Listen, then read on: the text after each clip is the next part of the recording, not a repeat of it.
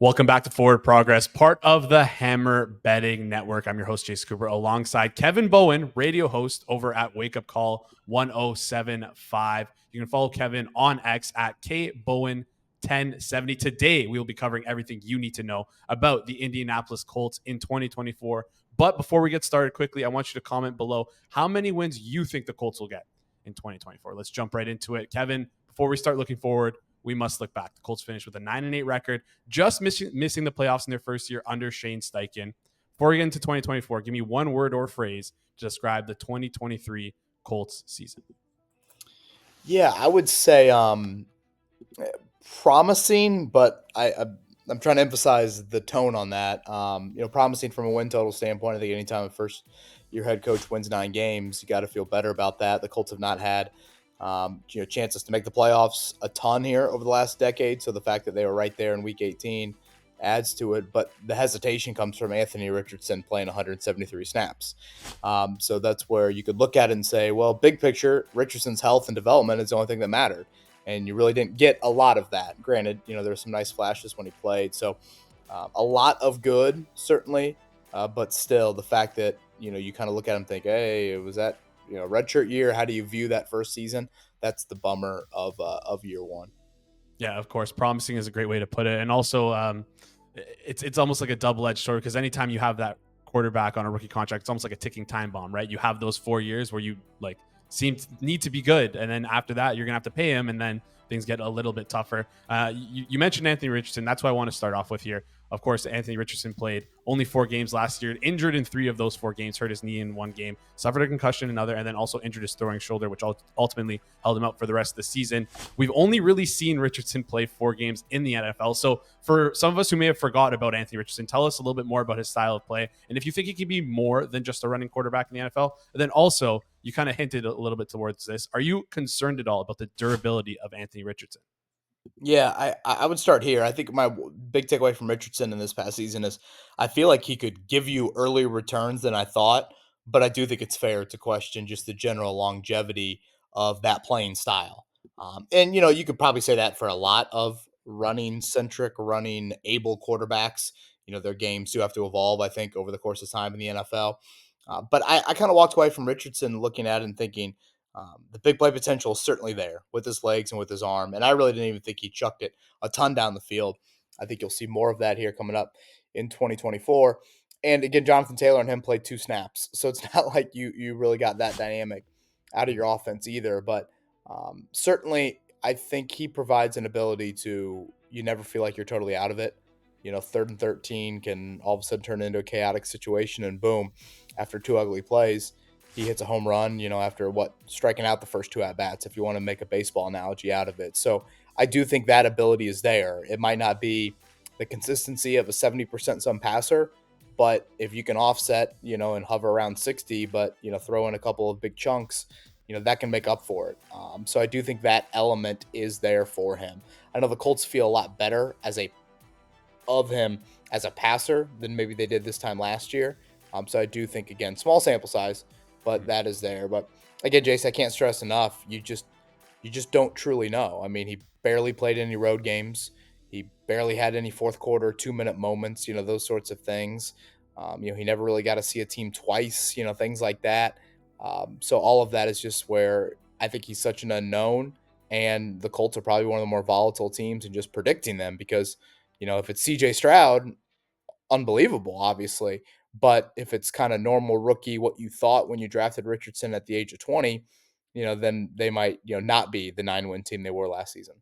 Mm-hmm. Yeah, it's going to be interesting to see this year how much of the Colts will be just maybe them spinning tires or them kind of shooting out the gate. Before we get into the next part of the episode, just want to give a quick shout out to our sponsors over at Pinnacle. Pinnacle is the world's sharpest sportsbook, offering competitive odds for 25 years. If you're looking to bet on the NFL, NBA, NCAA football, or any sport for that matter, you should have Pinnacle as one of your available outs. Bet smart, bet Pinnacle. Must be 19 plus, and please play responsibly. Just a question about Shane Steichen. I personally love Shane Steichen. I don't know if he's going to be able to have a shot at Coach of the Year because he won 9 games last year, but Coach of the Year maybe this year. Who knows? We'll see. He made a great first impression for sure last year. Colts struggled with injuries on the offensive side of the ball. I believe they were 28th in adjusted game loss on offense in 2023. So majority of their games came with Gardner Minshew as quarterback. Now, obviously, Anthony Richardson is healthy. He's going to be playing with them. How much will this offense look differently this year compared to last year in terms of play calling and style of play from what you've heard? I would say a lot. I mean, just think of this stylistically, the two quarterbacks. Even this year, your backup is Joe Flacco compared to Gardner Minshew. Obviously Flacco and Minshew are not bringing this run element, zone read, run pass option sort of presence to the quarterback position. But Flacco at least chucks it down the field. Minshew, that's not his forte. Minshew is more of death by a thousand paper cuts, if you will. He's more of the 70% type of guy when he's really feeling it, and not necessarily you're going to dial into a bunch of big playability with him. So I just think when it comes to the run element, that speaks for itself. But, as a thrower too, again, the thought with Richardson is, he's not going to be maybe the most consistent, accurate guy, but you can live with that as long as, the inaccuracies are just, balls that hit the turf. You can live to see another down. And then if he can sprinkle in enough big playability, then boom, that can offset it. So I do think that is what will look different about this offense here in 2024. And then again, the QB running back run option. I mean, I guess Lamar Jackson, Derrick Henry, certainly Jalen Hurts and Saquon Barkley, but I'm as bullish on Richardson and Jonathan Taylor, frankly, as any duo in the league when you think about it on that end. There was a play last year that I don't know if a lot of NFL fans will recall, but Zach Moss ripped off about a 50, 60-yard touchdown in an early season meeting with the Titans, and I don't think anybody has viewed Zach Moss as some home run hitting running back. And it was just a simple zone read, and Richardson gave it to Moss right up the middle. I think it was a 3rd and 1, might have even been a 4th and 1. And if you go back and watch the all 22 of that play, Tennessee had multiple defenders accounting for Richardson, thinking that and they obviously had a bust. They don't need multiple guys doing that. But it's just that run element of them thinking, wait a minute, number 5 might keep it here. We've got to account for that. That all of a sudden allowed Zach Moss, a guy, again, that's not 4.3 40 in the open field, to hit that home run. And obviously Taylor has kind of made a career out of hitting home runs. So I think all of those things will just look different, and add just frankly a little bit more juice to the Colts playbook. Yeah, excited to see the big plays here from the Colts in 2024. Let's flip over to the defensive side of the ball. In terms of defense, the Colts invested quite a bit into their defensive line. They re-signed Tyquan Lewis and Grover Stewart, and then they also added Leitu Latu as a premium pick in the draft. But they already are pretty strong at edge and their defensive line. Obviously, Samson Ebukam, DeForest Buckner, Kwity Paye. They got some pretty beefy dudes up there. Are you kind of surprised at all that they invested so much into their defensive line? And what are your thoughts on that investment so far in the offseason? Yeah, I think there was an element of when they got on the clock at 15 overall, it's like, wait, he's here? And every defensive player is here. It was kind of wild how the draft unfolded of, every single defender still being on the board at number 15 overall. So I think they look at Latu and think he's the best pass rusher in the draft. Obviously, you have the neck question, but he did stay healthy those final 2 seasons at Texas. Didn't miss a game, or at UCLA didn't miss a game there. And I think they view their defensive line as they just lacked, and I think they're accurate in this stance. They lacked consistent pressure. It's one thing to whatever pressure in the first quarter, pressure in the second quarter, but when what is on the line, can you deliver? Can you come up with that timely rush? And that, I feel like, has been missing here in recent years. Robert Mathis, if you want to go way back, he led the NFL in sacks in 2013. Since Mathis, they have not had a single player record more than 11 sacks in a season. And I think only 2 double-digit guys. I think it was Justin Houston and Eric Walden. So, again, consistent pressure. Latu is a guy that I think, unlike a lot of pass rushers exiting college, you feel like he's got a really high floor or should have the ability to impact relatively early. So I think all of that was reasons why, on paper, you might not look at it as this kind of crystal clear need, but I actually thought it was smart by the Colts to kind of attempt to, get arguably the most impactful position on the defensive side of the ball with that pick. Yeah, and we talked about this a bit before about their potential secondary needs. I'm going to get into that in just a second, but it's almost like you kind of pseudo address that, like you said, with drafting Leitu Latu, because he maybe takes a little bit of pressure off of those corners. I want to talk to you about the corners because, of course, they re-signed Kenny Moore to, I think, is the biggest deal for a slot corner in NFL history. But other than that, their cornerback group is kind of very young, very raw. The team seems to be optimistic about their cornerback group, but I'm curious your thoughts on the cornerback group. Do you think that maybe the Colts have $26 million in cap space? There's some decent veteran safeties, veteran cornerbacks available on the market still. Do you think that there's another move coming for the Colts? And what are your thoughts on their current group right now? Yeah, internally they are a lot higher on that group than I am. It's a group that certainly lacks experience. Now they have invested some young draft picks into it, but still, I have some questions there. And honestly, it's funny you bring up safety. I probably have more questions at safety than I Mhm. do corner. Julian Blackmon's back on a 1 year deal, very good player, but his health has been a question mark in his career. The Colts saw it late last season. They actually were not. They didn't have him in the lineup for the Week 18 finale against Houston.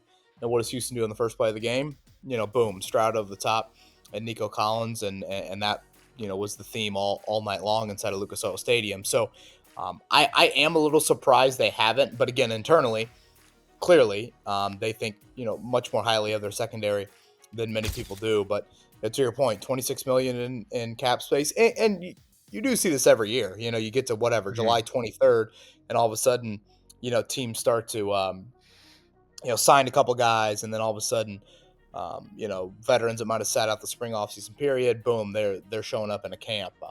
But boy, the Colts are going to get tested early. I mean, Stroud week 1, Jordan Love week 2. If you look at their schedule in general, it's super front loaded with quarterbacks versus kind of the final month and a half. It's not as backload, or it's not backloaded really at all quarterback wise. So again, I would like to see some cap space kind of put into that just to raise the floor of the group. Mhm. But I don't know if the Colts are thinking the same way. Yeah, it's interesting to see because it feels like you're right. We kind of do always do this dance every single year where there's these veterans sitting out on the sideline, and it seems to be slowly playing into the Colts' favor. But again, it's up to them if they're going to address it or not. Flip back to the offense before we get into win totals and expectations. One of the biggest signings of the offseason for the Colts was obviously them getting ahead of the market and getting Michael Pittman to look to what slowly looks to be like a pretty decent value contract as we see more wide receivers signed to these larger and larger deals. They also grabbed Adonai Mitchell in the second round. The Colts have a pretty established 3 wide receiver set in Pittman as their X, Downs in the slot, and Pierce as their Z receiver. Do you think Adonai Mitchell will be able to supplant Alec Pierce on the depth chart in 2024? I'm just asking for our fantasy heads out there if you can give us some more insight on that wide receiver situation. Yeah, I could definitely see it happening. Certainly. Now, I will say a couple things on Pierce. It's wild. Played the most snaps of any wideout in the NFL last year, and yet had what 34 catches, something like that. I mean, it's astonishing. I mean, hell, I'm out there at an OTA practice last week, and I look up and I'm like, is that Alec Pierce doing special teams drills? Like, I mean, how many wideouts do you think in the history of the NFL have gone from playing every snap or leading the league in snaps 1 year, then the next year they're running down as a gunner. So Mitchell has flashed a little bit here early. Now it's early. I mean, we've had what 2, I guess, you throw in rookie minicamp, 4 or 5 viewings of him, but you see some of the oh wow, there's the separation, there's the explosiveness, there's why that guy was talked about a little bit higher than the 11th wideout taken. So I do think there is potential for that. The thing that's always interesting about Pierce is, and I guess I've made the baseball analogies a lot today, he doesn't need, he's not Tony Gwynn, needing 7 catches for 72 yards to impact.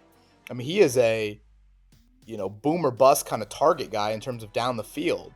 You saw it late last year. I remember the Falcons game, Pittman was out and Pierce did nothing. And then the next week, Pittman comes back, but yet they throw one ball in a short yardage situation to Pierce and boom, over the top, and it's a touchdown. So, Pierce is one of those guys that, if you target him 3 or 4 times, but it's, 2 for 62 and one of them's a touchdown, that ain't a bad day. So, I don't want to act like Pierce will not be involved by any means. I mean, Mitchell still has to outright win the job, and clearly Pierce is doing some other things the staff likes for him to be playing as much as that he is. But it's going to be interesting to see how they divvy up that playing time between Mitchell and Pierce. Yeah, because both Pierce and Mitch are like those big play guys, like you mentioned, and of course Pierce played what was some of the most snaps in the league. I think 7th in routes run per game, like just crazy amount of playing time for Pierce. It's gonna be interesting to see how they divvy it up between him and Adonai Mitchell. Let's flip over and bring up the graphic here for the win total and the futures for the Indianapolis Colts. Right now, according to Pinnacle, Colts are sitting at 8.5, slight juice towards the under, for them to win their division, plus 350 to win their conference, 30-1. And then Super Bowl odds, they're sitting at 64-1. I mean, last year, like we mentioned earlier on, was a pretty good year for Shane Steichen and the Colts, going 9-8. All despite missing their quarterback of the future. What are your expectations for the Colts in 2024? Tell me a little bit about what you feel like is coming. Yeah, I do think the schedule is tougher. I know on paper it might not be like glaringly tougher, but the Colts played 10 rookie or backup quarterbacks last season. So if you just kind of compare that to now granted, Gardner Minshew was of course starting 90% of the games, 80% of the games. So I do think just NFC North in general, I think is a good division. AFC East, certainly has some depth to it there with, if you assume the Jets, 3 quality teams. So again, I do think the schedule is a little bit tougher. The South is wild. I've joked for years. I've always labeled it the true TV division. I feel like we get to the NCAA tournament, we're always scrambling which games they put on true TV. The AFC South has kind of been the laughing stock. It's like, well, I guess we got to put these games somewhere. Well, how's Sunday at 1:00 with Spiro Ditas and Adam Archuleta sound? Now that's no longer the case. Like now it's a division where the Texans are in primetime a bunch and Colts fans are irate they weren't in primetime more. And, I still think Jacksonville, I feel like people are just acting like it's the Jacksonville of old, and I don't think they're there either. So I do think it's one of the more competitive, wide open divisions with Houston still on a tier above everybody else. But I think it'd be a real disappointment if the Colts weren't hovering around double-digit wins and right there in Week 18 again. I think that's needed. I think it's important. But, I've covered the NFL for a little over 10 years. Just the depth of the AFC is wild. I mean, outside of New England, Tennessee, I guess you go Raiders and Broncos. Yeah, I don't know if there's really any team that sits here on June, when we're recording this in June, and saying, well, boy, that'd be a dream if we made the playoffs, or that would be a miracle. So there's just some legit depth in this conference, 10, 11 teams that really feel like they should be in it. So, it's going to be a, big year. Chris Bauer's 8th as a GM. I think the seat should be a little warm under him, considering the lack of accomplishments, when you think about it from a playoff division title standpoint. It's kind of crazy. Last time the Colts have won a division was 2014. Everybody else in the South has won multiple division titles since then. So the time is now, I think, for the Colts to get back there and, experience what the playoffs are all about. Yeah, and it couldn't come at a tougher time for them. Like you mentioned, that division is getting beefy, and the AFC just keeps getting better and better. It feels like every single year. It'll be interesting to see where the pieces lie for the Colts come the end of 2024. But I'm excited to watch them play throughout the season. That does it for us here today. Let us know your thoughts on the Colts in the comment section down below. If you made it this far, guess what? That means you like this content. So please smash that like button. It goes a long way for us. And if you enjoy this content as well and you're new to the channel, hit that subscribe button. We're previewing all 32 NFL teams here on Forward Progress as we make our way towards training camp. So make sure you turn on notifications when you subscribe so you never miss out on our newest content. If you're not into notifications, that's okay. You can bookmark the playlist that's going to be on your screen right now. We're previewing all 32 NFL teams. You can find that playlist right here somewhere on your screen. Make sure you check out Kevin Bowen on X, KBowen1070. That's KBowen1070 on X. Thank you so much for tuning in, and we'll catch you guys in the next one.